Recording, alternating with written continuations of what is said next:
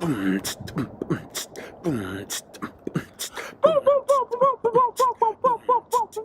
get it!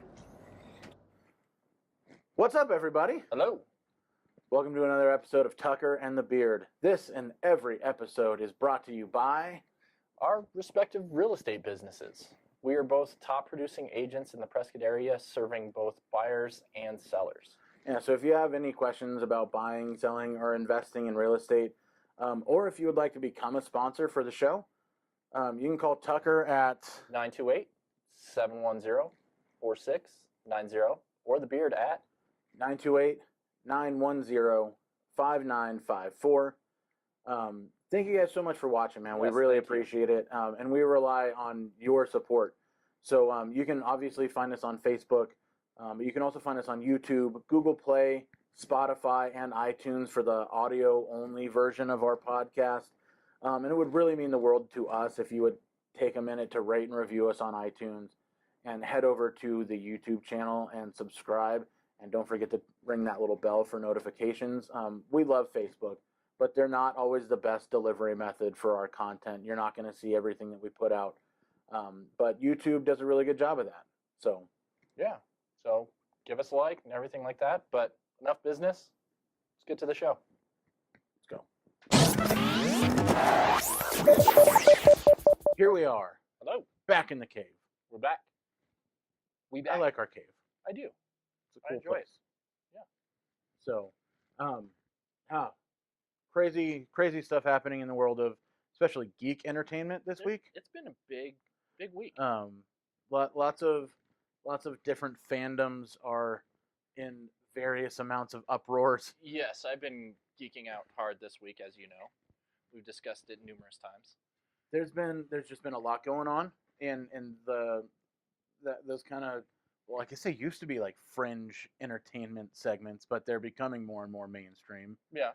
I mean, think of the kids who are watching and reading, Tolkien in like when we were in high school. Oh yeah. Those were the geeking out hard. The geeks, right? Yeah. But I've now liked the movies. I've never read the books or anything like that. I don't have that much read time all in of my them. life. I've read all of them. I've seen all of them. I have not gone so far as to watch like all the extended cuts because, I don't have time for that. But but with I've always enjoyed them. George R.R. Martin and his Game of Thrones series has really taken the fantasy genre and the Tolkien movies kind of moved it in that direction, but made it mainstream and made that fantasy genre very mainstream, very cool and very nerdy and stuff to do. Disclaimer: I have never watched a minute of Game of Thrones. I don't have anything against Game of Thrones.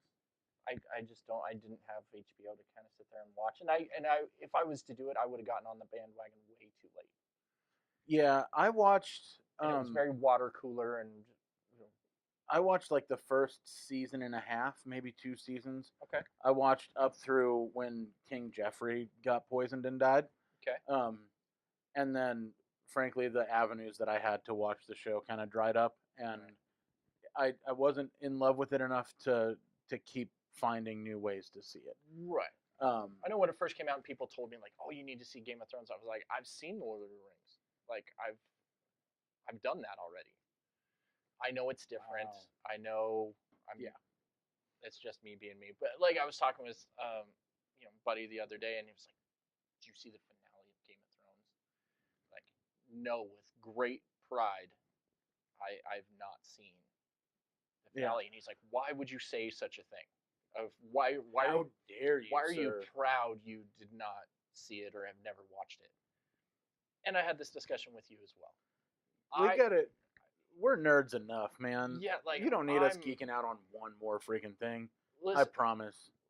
Just for the last time I talked to my brother on the phone, right? I'm sitting there talking to him, and he brings up something, and I just started geeking out hard. He goes, "Well, I'd love to sit here and nerd with you, but I gotta go." Like literally got off the phone with me because I was nerding out too hard. Way too hard.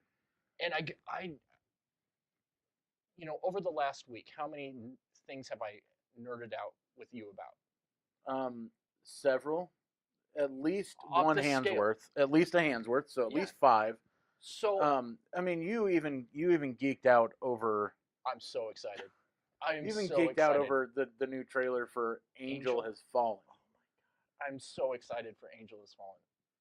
Now- Listen, and I put it in this category of like it's not mainstream, like kind of like like not everybody appreciates the Fallen series, Yeah, right? I've since the first one, and I was like, oh, I'll check this movie out, and it was like going back to the '80s, Die Hard, taking people out and having cheesy one-liners, and it's just great, just a good popcorn movie. So I'm a big fan of that little series. You know, then they came out, London Has Fallen. Yeah. And now Angel Has Fallen. I'm way too excited about that. But No, I digress. I like the movies. Right. I'm not as passionate as you are about them. But the whole point is like, hey, we're super glad that you enjoyed it. Right. I'm super It's excited just for you. never really been my thing. It's never been your Yeah. thing either. And It's just the one thing when I'm standing in a room I can not geek out about. Yeah. Like it's we don't need one more thing to geek out about. And second of all, listen, after hearing everyone's reaction to the last 2 episodes, man, I'm kind of glad I didn't get into it, Right. so that I'm not that disappointed with the rest of everybody else. Yeah, exactly. I mean, the one thing I heard was that there was a hidden water bottle in the scene. They got lazy in production in the last few episodes of the Starbucks cup. series. Water. I get that kick out of it, but no, it's good. The other cool, Interesting nerdy news is some possible. I'm going to put possible at this point because it hasn't been There's an official. asterisk. It's not official yet. Is one Mr. Robert Pattinson being eyed to play the Dark Knight himself, Batman? Now I will come right out and say 2 things right out of the gate. You want to talk about something to geek out about? I'm your Batman. We can go. We can have hours long conversations about Batman. I hear you. So at first I was really I thought you were gonna break really out in song. averse. First, I was afraid. I was I was petrified. petrified. And that's not an inaccurate statement. No, you know, it was. frankly, when I saw the news I'd let you. that the sparkling vampire himself was Yes. being pinned to play one of my favorite characters of all time, I was not thrilled by that notion. You were not pleased when because I was the one that gave you the Yeah, news. you broke the news I had to to me. break the news to you. And doing this. I was immediately, my reaction was, oh, no. right. No. I will. No. But I will firm. Because I was sitting there, I'm like, you know what? I've not always been accurate in the past when they've done, news of people playing roles. Yeah. That's not. Heath Ledger as Joker. Well, and that's like for me, Okay, that's where we. It's funny because we kind of had some changes of heart over the weekend, independent from one another. Because like we came in to record today, and we're like, hey, we should have a conversation real quick about this. Because I've been thinking. And as we tend to do sometimes, finish each other's sentences. I was like, you're like, I've been thinking about something. I was like, maybe Robert Pattinson won't be the worst Batman of all time. I honestly, I've come to think because, listen, I've made some points with my wife. I've watched the Twilight movies. I'll own it. Sit there. I've seen all of them as well. I've seen them. Whatever. They're not. Listen, as in an effort to not turning in my to man card, communicate with my to communicate better with my own wife. Right. I've watched all of the movies, and I even took a stab at listening to the audiobooks.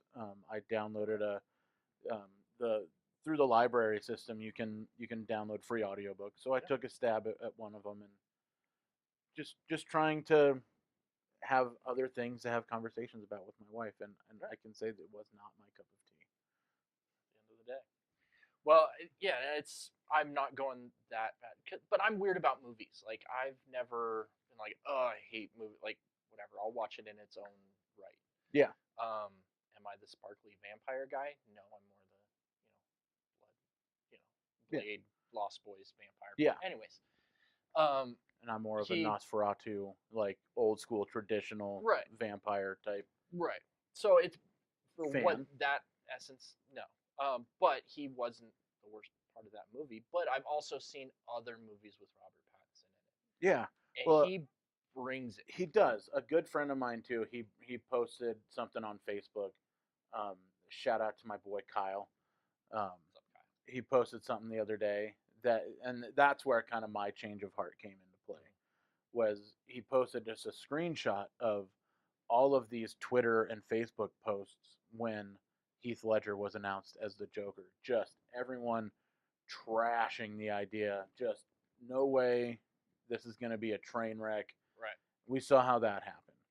And that got me to thinking, listen, Little Mr. High School Musical just knocked it out of the park playing Ted Bundy. So I was like, you know what?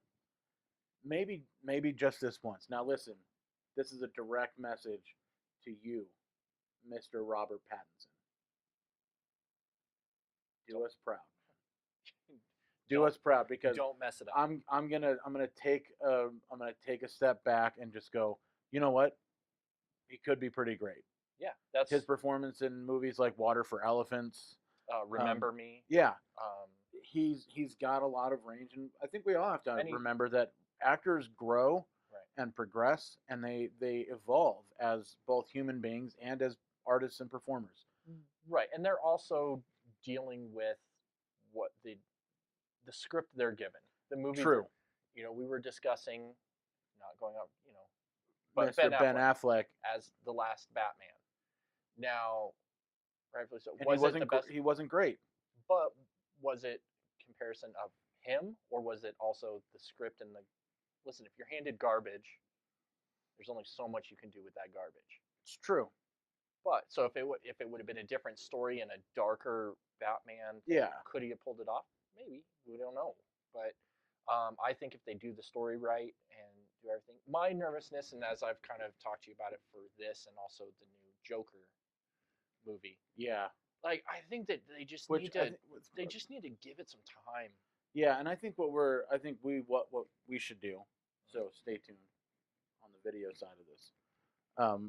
We should break down the Joker trailer. I think we'll do that in a separate video. Okay. But because we both have apprehensions about that as well, even though we know that Joaquin Phoenix is probably going to. I think you kill that role. I think he could be a great Joker. I think we've discussed it in the same way as like Wolverine. It's like there are two characters where you're not supposed to know. The cool thing is you don't know their real origins. Yeah. You don't know how he became the Joker, and to do that story just makes me nervous. And I think just leave the Joker alone for a while. Yeah, they've hit the bottom of that well, and they're just still going. Yeah. Still going, and it's unfortunate. It's like Heath Ledger did such a good job as the Joker. Just leave it alone for a bit. And I agree. Anyways, I agree. Anyway, main event. Here we are. Coming up after these messages is we're gonna dive into chapter 3 of John Wick.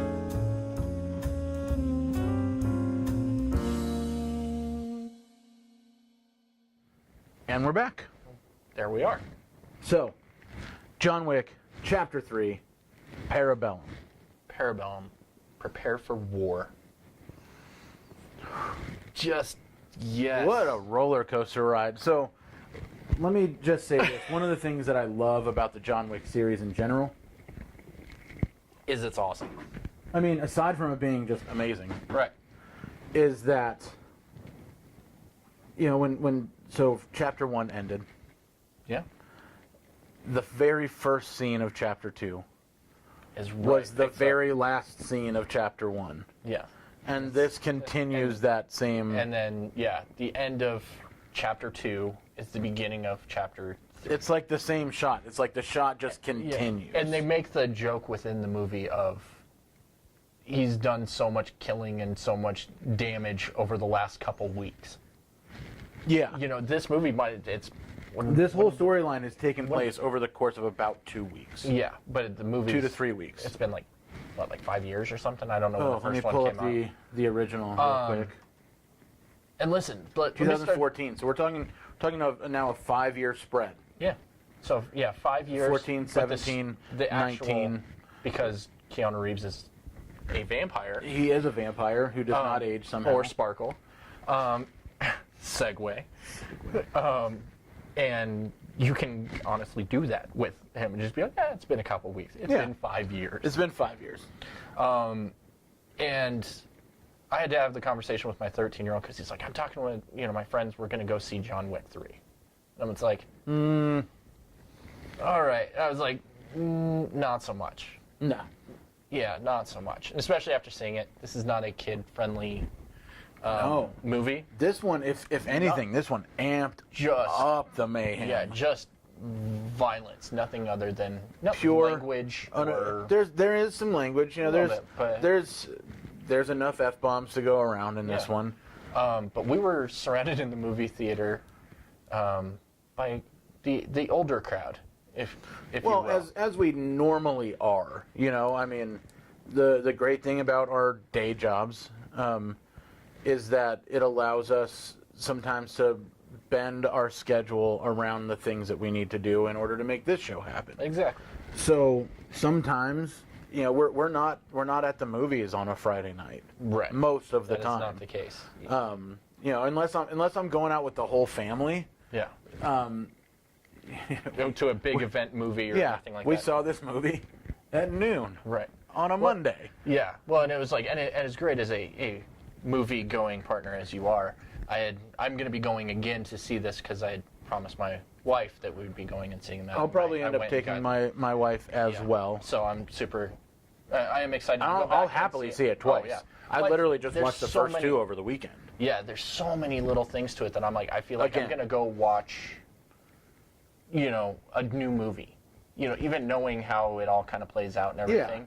Because there's so much to this world that the writer-director has built. It's, for those who don't know, as far as John Wick, this is the third one, but first one is he's a hitman, kind of quick little summary of the thing. He's a hitman who... For the Russian mob, kind of... Right, who got out of becoming a hitman to become married, met a girl, got married, was going to live out the rest of his life being happily married. Yeah. And his wife died of cancer or something, yeah. I think. They don't go too much into it, but what you see in the first movie is she kind of... She's in the hospital through flashbacks, they're out walking around and she collapses. Right. Then there's another scene of her in a hospital bed with no hair. Right. So we can assume it was some sort of cancer. Yeah. And she went bald from the chemotherapy and radiation. And so then it was, a couple days after she died, he gets a dog. She had made arrangements before her death to have a puppy delivered. So it's like the last gift from his dying wife. And he's out driving around one day in his very nice car. I don't know what kind of car it is. Stop it. Well, I'm saying that's what I was like. Mustang GT. Yeah, thank you. It's basically Eleanor from Gone in 60 Seconds. Yeah. So just beautiful car. Some Russian. I'm saying I couldn't remember it. Sorry. Just giving you a hard time, man. Geek out about a lot of things. Yeah. But no. I'm the car guy for sure. No. But he was confronted by a Russian mob boss's son, not knowing who John Wick. John Wick didn't know who he was. He didn't know who John Wick was. Yeah. And he tries to buy the car off of him. Yeah. John Wick's, no. It's not for sale. Guys break into his house that night, beat him up, and steal his car, kill his dog. Can we pause for just a second so I can insert the poor choice in promotional materials that one of our local movie theaters made? If I remember, I'll splash it on the screen here. It was for the new one. For the new one because they put two posters right next to each other and like hey, here's what's coming out this weekend. And it was A Dog's Journey next to John Wick. Not next to John Wick. And it's like, Listen, the dog's journey in the John Wick series is not a great one. Not a great combo.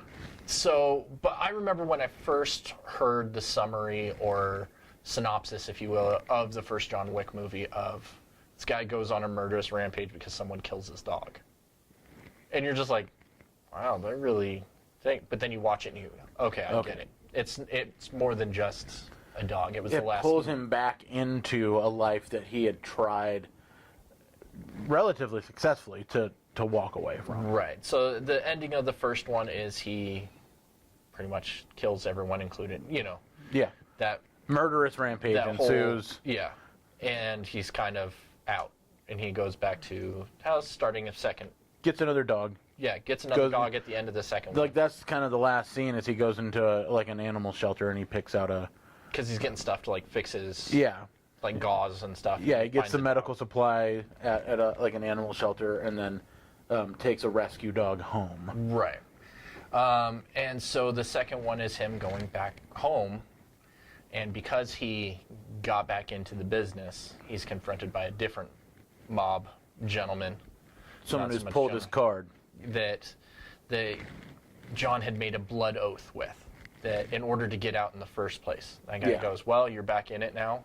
I'm calling your marker. And you're going to do me this favor. And this guy's... it was to kill his sister, wants who was a member of the High Table. Yeah, the High Table, who's the overseeing thing of all the different... It's this seedy underworld of, awesome killers and assassins and mob.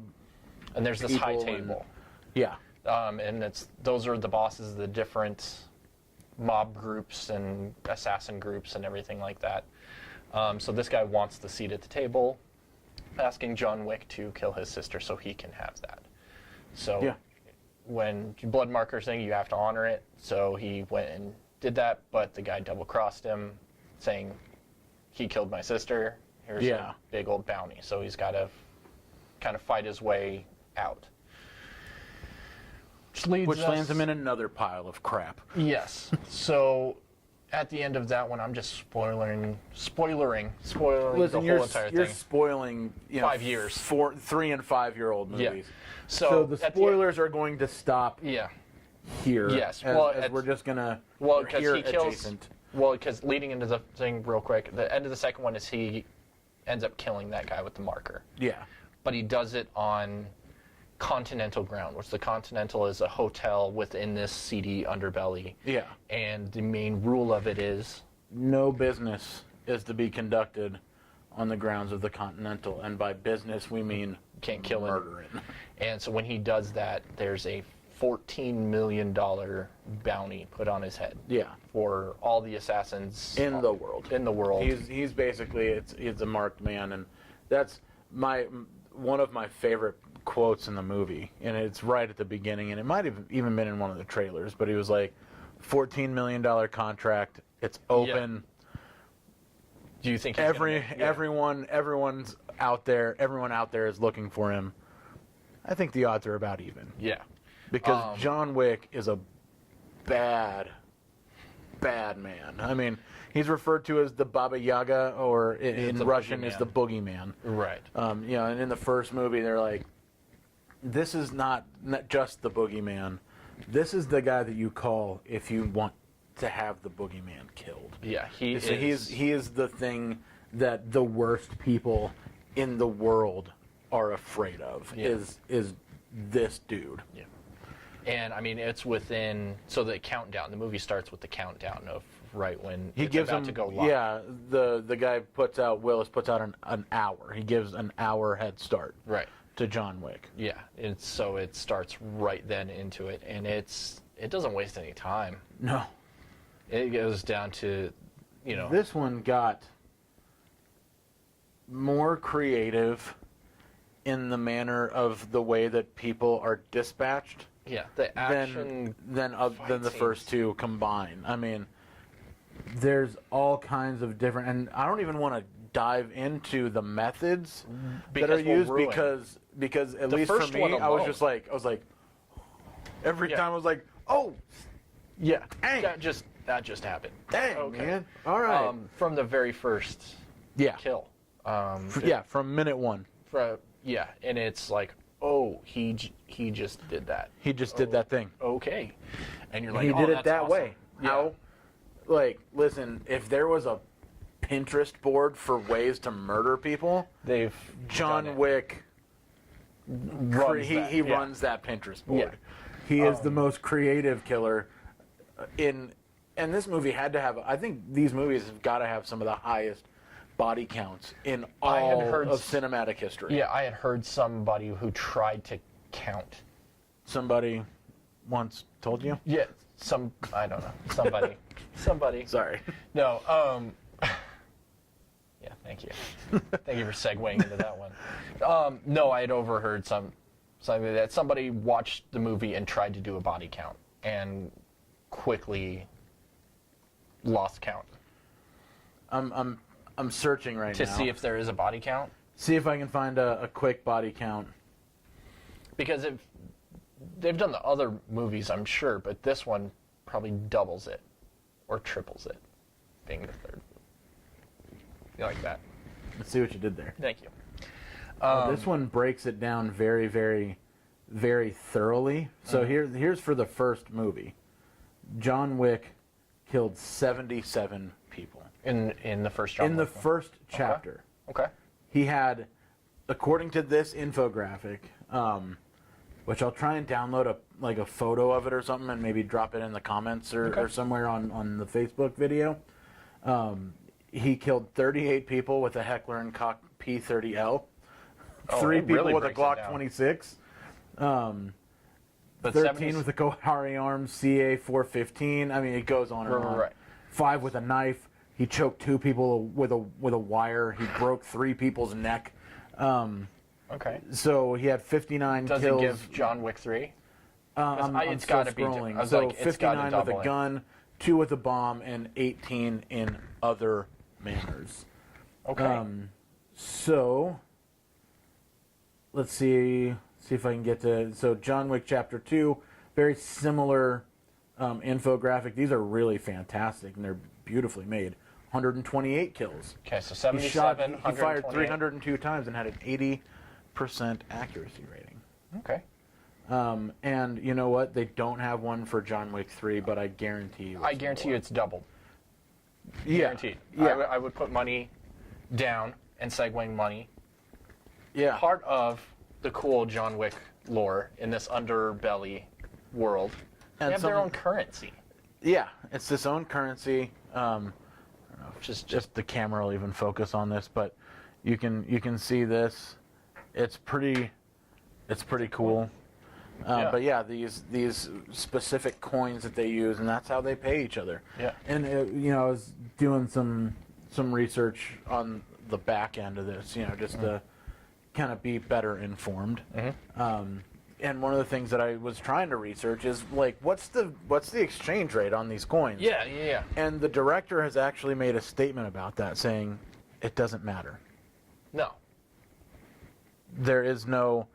We haven't come up with an exchange rate because So it don't worry doesn't about it. matter. Yeah, don't worry about it. Don't worry your pretty little head about this. Yeah. And that's one of the things that is a big misconception about this entire series, really, is that John Wick was a port over from like graphic novels. Okay. And it was its own thing. And that's because there are John Wick graphic novels. Now, right. But the John Wick graphic novels actually were created as a way to expand on the mythos that was created by the first movie. Right. So people were so into it and wanted more, so they started creating other content. There's a lot of other John Wick content that's in pre-production right now. I've heard rumors of even some Showtime shows that'll kind of expand on it. I'd love to see a prequel to the whole thing. For a while, they were talking about doing a show called The Continental. Yeah. And it being about the hotel, which is a cool thing because you can go in there as a hitman, and again, there's no business, but you can get, a haircut. You can get, there's a drink, food, whatever. There's this whole underbelly world, which is just really cool and makes you be like, I want to do that thing. I want to be, a small part of that. But they have doctors, and they have, you know, in this one he talks to a taxi driver and gives him a coin. Like, yeah, and gives him a coin, you know, because at one point he has his dog sent somewhere for safekeeping. Right.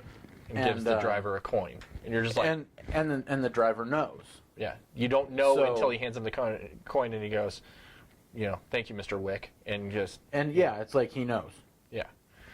It's just a really cool thing to kind of escape into for a little bit, which I think is important for movies. People get way too delved into it. It's a place to go for, you know, 2 hours and 10 minutes. Absolutely. You know, and kind of escape for a little bit. And, you know, I think it's important. I think it's, you know, a good thing to do. So, sorry to kind of cycle back, another site. This one's from Cinema Blend, saying that in Parabellum, which is the name of the third chapter for John Wick, he killed 124 people with guns.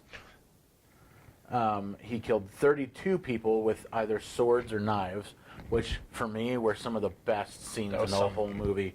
So what does that bring us up to? I know I shouldn't do math on camera, but that brings us up to 176, and then another 11 in other ways. So I was like, there's 180 other. 187 kills. 187 kills. There you go. That's a very appropriate number of kills, given the number 187 kills. That is, I would venture to guess that might have been done on purpose. Huh? They might have cut out a couple just to get to that number. I wonder if they did some editing just to get to that 187 number. Yeah, that's crazy. That's an interesting little bit of trivia. There you go. For all of you fine folks out there. Yeah, if you're squeamish, if you... There are some... Listen, the violence is graphic. Yeah. There's a couple of them that you're like, oh, they're not going to... Oh, they did that. They did that. The camera's going to cut away. It doesn't. It doesn't. Yeah. If you like action movies... Boy, howdy, is this one a good one for you. And Parabellum being Latin for prepare for war. Prepare for war. I mean, which it's also a part of the hammer of a gun. Yeah. But, and kind of not giving anything away, but if you think that this is it, you might be mistaken. You might be right, but you might be wrong. Yeah. We're not going to tell you. Go see the movie. Seriously, go see the movie. That's our rating. Go see it. It's good stuff. Enjoy it. Yeah, man. So that's it from us. Yeah. Time to go back to work. Exactly. Thank you guys so much for liking and sharing on Facebook, for subscribing on iTunes and YouTube. Please keep it up. We really do appreciate it. We're getting a lot of shout-outs from people wanting stickers and stuff like that, which just means the world. That's awesome. We've got them. That our goofy faces on your car. We've got or merch. Wherever. Yeah. That's on its way out today. Yep.